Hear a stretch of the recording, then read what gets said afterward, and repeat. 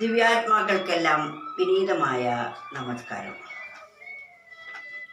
നമ്മുടെ മനസ്സിൽ ഏത് സാഹചര്യത്തോട് ചേരുന്നുവോ ആ സ്വഭാവം ആർജിക്കും. എന്നാൽ നല്ല ഗുണങ്ങളോടാണ് ചേരുന്നതെങ്കിൽ നമ്മുടെ മനസ്സിൽ നല്ല ഗുണങ്ങൾ നിറയും. ചീത്ത കാര്യങ്ങളോടാണ് നാം സംസർഗം ചെയ്യുന്നതെങ്കിൽ നമ്മുടെ മനസ്സിൽ ചീത്ത ഗുണങ്ങൾ കൊണ്ട് നിറയും. അതിനാൽ നമ്മുടെ മനസ്സ് എപ്പോഴും സദ്ഗുണങ്ങളെ വളർത്തിയെടുക്കാനായിരിക്കണം നാം പരിശ്രമിക്കേണ്ടത്. എന്തൊക്കെയാണ് ആ സദ്ഗുണം?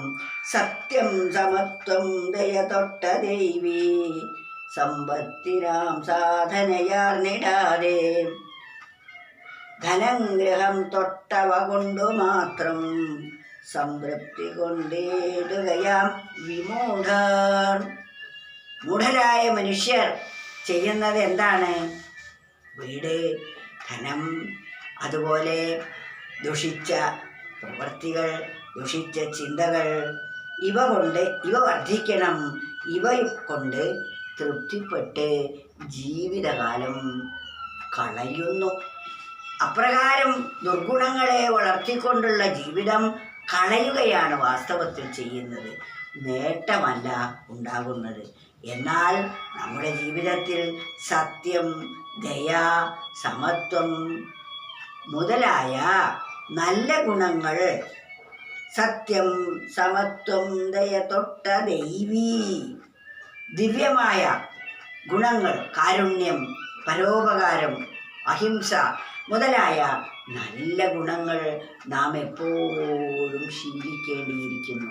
ഇങ്ങനെയുള്ള നല്ല ഗുണങ്ങൾ ശീലിച്ചാലോ നമ്മുടെ അന്തർശാന്തി വളരുന്നു. അന്തർശാന്തി നമുക്കുണ്ടാകും. എന്നാൽ ദുർഗുണങ്ങളുടെ കൂടെയാണെങ്കിൽ ദേഷ്യം, പക, അസൂയ, ധനാർജനം മുതലായവയിൽ മാത്രം വ്യാപരിച്ചു കൊണ്ടിരുന്നാലോ നമ്മുടെ സ്വഭാവം അശാന്തിയായിരിക്കും, ദുഃഖമായിരിക്കും ഫലം. എന്നാൽ ജീവിതകാലം മുഴുവൻ ഇത്തരം നശ്വരമായ പദാർത്ഥങ്ങളെ സമ്പാദിക്കാൻ വേണ്ടി ജീവിക്കുന്ന ഒരാളുടെ ജീവിതം വ്യർത്ഥമാകുന്നു. എന്നാൽ നല്ല ഗുണങ്ങൾ ആർജിച്ചതാണെങ്കിലോ അവർക്ക് സമാധാനവും സന്തുഷ്ടിയും സന്തോഷവും സ്വഭാവമായിത്തീരുന്നു.